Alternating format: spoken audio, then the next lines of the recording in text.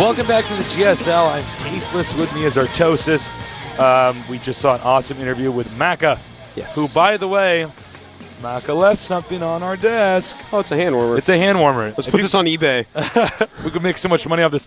If you guys don't know what this is, pro gamers use these things to warm their hands because if your hands are warm, you know, the blood's moving through them. Yeah. It's easier to maintain your APM. The only Fun player fact. that likes to be cold while playing is July Zerg. Little fun fact. And his name is July. Think about that. Yeah. I didn't actually know that. You just...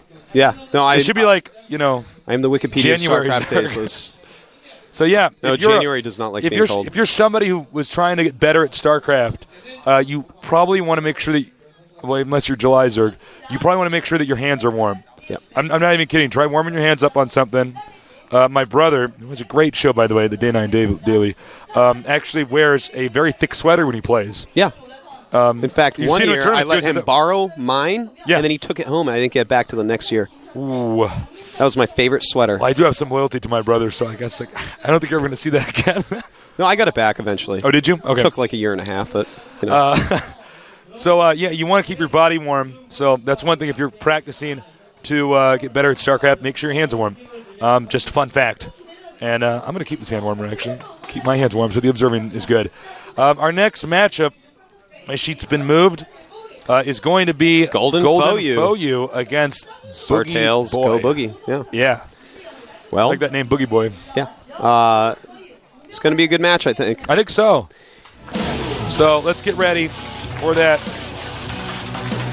Excuse me. All right, Golden Foyu.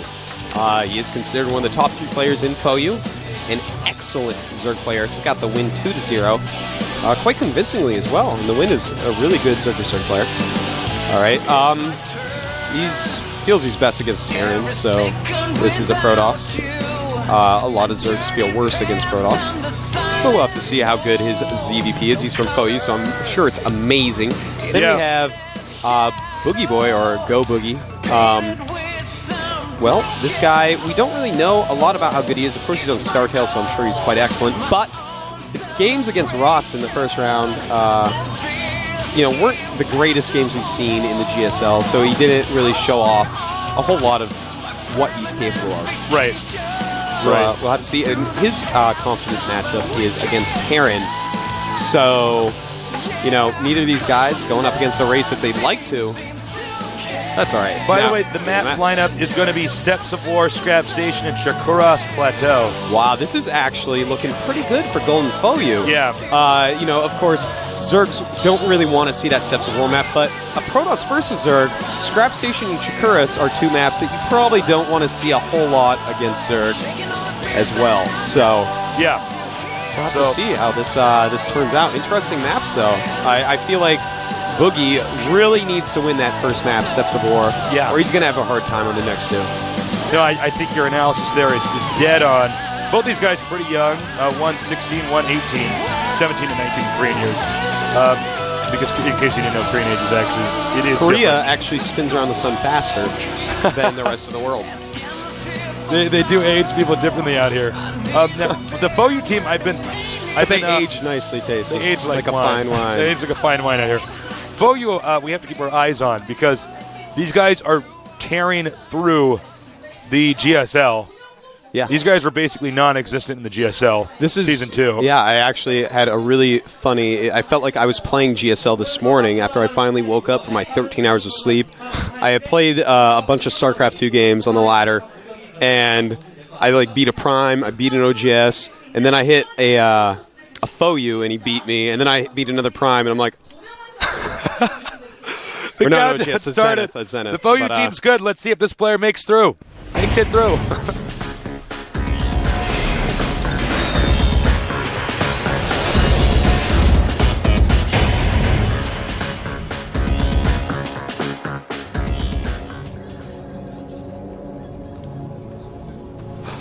In the red, from this very scary team that has been dominating the GSL thus far, we have Golden Foyu. Dominating not only the GSL so far, but Artosis on the ladder. We've been beating Artosis on the ladder pretty badly.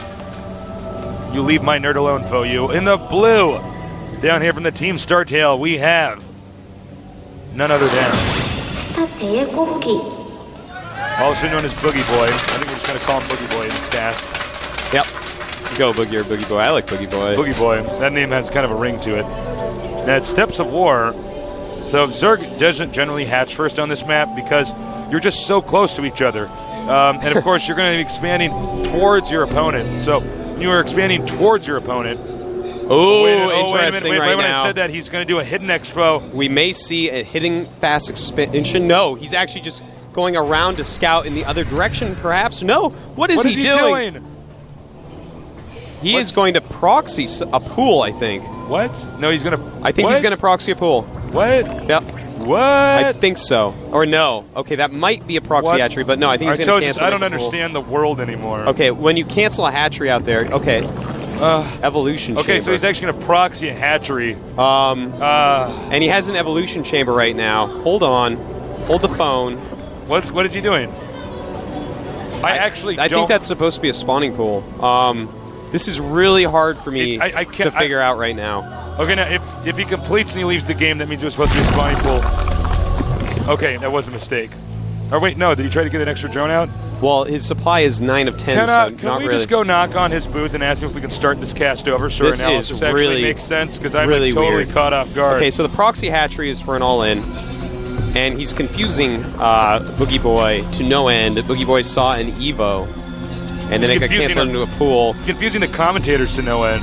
Yeah, dude, I don't know what that Evo was about. I really believe that he actually just made a mistake that it was supposed to be a spawning pool. Well, he could, an evolution chamber is cheaper than a spawning pool, so we could have used that to plant that down there, make another drone, and then cancel that, and then make it. Well, no, wait a minute. He didn't do that. No, though. wait, yeah, no. I was about to say that, and then I'm like, no, that. Wait a minute. Okay, well. Well, everybody at home, Artosis and Tasis are going to learn this build along with you because we have never seen this before in our lives. What is this game plan? Making a lot of Zerglings. He's making the queen of this expansion so he can reinforce it with more and more and more Zerglings. Yeah. Okay, he's going to have a ton of Zerglings hit the front. This is actually so interesting because we have one Zealot and 10 Zerglings. He's going to actually be able to kill, the gateway and or the Zealot. But as a sentry comes, this is so weird, Tasteless. Let's just watch. Let's just not even commentate. Let's just stop talking. And in fact, notice that he has the Overlord there. He's trying to be like, hey, come attack this. I don't want to have you attack my Zerglings. He should be on attack move right now and then take the back Zerglings to target the gateway or the core. But instead, he's actually just going to right-click on that Zealot. You know what's funny is he's just confident that... the Queen is coming as well after a single larva inject. Oh my His God. economy isn't going to be good enough to keep that up. Look at this insane strategy. I feel like I'm watching Null Raw right now. Oh my God. As a Zerg player. Okay, interesting. This is actually something, this is why they nerfed Queen speed. This was happening in the beta. Korean Zergs were doing this to Protoss, something, not exactly this. They actually just made the Queen in their main and sent it down to help. This is so wild, man. There's a lot of Zerglings incoming. And that is a very red Zealot. You have to attack it. What? GG. I thought he just gives up. He just gave up. I'm surprised he gave up. I feel like he should have kept attacking. A shot of his patch over here on our screen. Oh, there it is. Okay. We do see a lot of cheeses on that map for Zerg. No one feels really confident in the mid or late game, or even the early game on the Steps of War. So that was actually an insane cheese. Taking the jacket off, trying to be Nada. Dude, that was like the weirdest thing I've ever seen. I think he messed it up by making that evolution as opposed to I think you're correct. I think he made the evolution chamber and he was like, oh it almost my God. completed too. So had the Lings gotten there sooner, the would have done second a lot sentry more wouldn't be able damage. to come out. He wouldn't be able to do a force The Queen field, would have been there quicker.